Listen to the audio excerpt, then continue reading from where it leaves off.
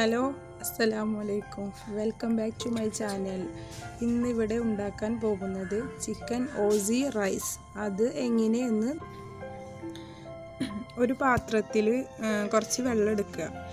അത് നന്നായി ചൂടാവുമ്പോൾ ഈ ഒരു ഫുൾ ചിക്കൻ അതിലേക്ക് ഇറക്കി വെക്കുക.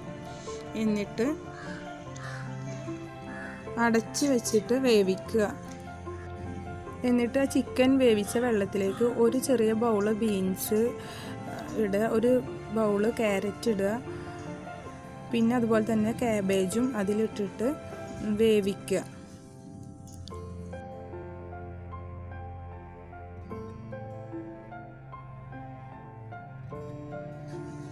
ഈ വെജിറ്റബിൾസൊക്കെ വെന്തതിന് ശേഷം ഒരു പ്ലേറ്റിലേക്ക് മാറ്റി വെക്കുക.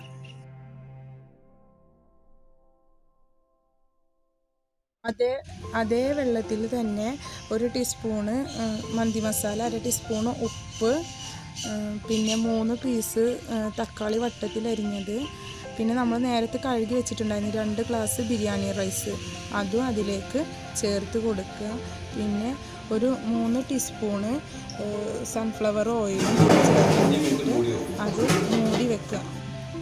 ചിക്കൻ മാഗ്നേറ്റ് ചെയ്യാൻ വേണ്ടിയിട്ടുള്ള മസാല റെഡിയാക്കാൻ ഒരു teaspoon Kashmiri chilli powder, 2 teaspoon സാദാ മുളക് പൊടി, 1 ടീസ്പൂൺ മഞ്ഞൾപ്പൊടി, 1 ടീസ്പൂൺ ഉപ്പ്, 3 ടീസ്പൂൺ തൈര്,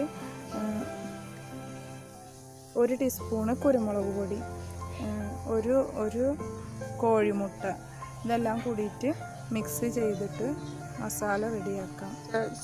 വേവിച്ച് വെച്ച ചിക്കൻ്റെ മേലെ നമ്മൾ മസാല നന്നായി തേച്ചിട്ട് 10 മിനിറ്റ് റെസ്റ്റ് ചെയ്യാൻ വെക്കുക. ചിക്കൻ വേവിക്കാനുള്ള എണ്ണ ഒഴിച്ചിട്ട് ഫ്രൈ ചെയ്ത് എടുക്കുക. അപ്പോഴേക്കും നമ്മൾ റൈസ് റെഡി ആയിട്ട് വന്നിട്ടുണ്ട്. വെച്ച റൈസിൽ നിന്ന് കുറച്ച് റൈസ് എടുത്തിട്ട് അതിലേക്ക് വേവിച്ച വെജിറ്റബിൾസ് എടുക്കുക. പിന്നെ 3 പച്ചമുളക്, 1 തക്കാളി, 1 സവാള, ഇത് 3 കൊത്തി അരിഞ്ഞിട്ട് അതിലേക്ക് മിക്സ് ചെയ്യുക. എന്നിട്ട് ആ മസാല നമ്മൾ ഫ്രൈ ചെയ്ത ചിക്കൻ്റെ ഉള്ളിൽ നിറച്ച് വെക്കുക. എന്നിട്ട് ഒരു ഫോയിൽ പേപ്പർ എടുത്തിട്ട് ചിക്കൻ കവർ ചെയ്യുക.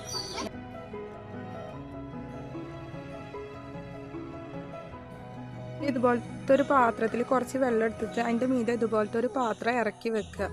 അതിലേക്ക് നമ്മൾ നേരത്തെ ഇങ്ങനെ വെച്ചിട്ടുള്ള ചിക്കന്, ബോയിൽ ചെയ്തിട്ടുള്ള ചിക്കൻ ഇറക്കി വെച്ചിട്ട് മൂടി വെക്കുക. എന്നിട്ടൊരു 10 മിനിറ്റ് അടച്ചു വെക്കുക.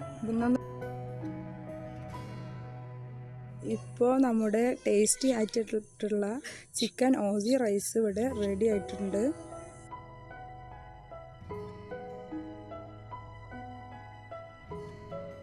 നിങ്ങൾക്ക് ഈ വീഡിയോ ഇഷ്ടപ്പെടുകയാണെങ്കിൽ ലൈക്ക് ചെയ്യുക, ഷെയർ ചെയ്യുക, കമൻറ്റ് ചെയ്യുക.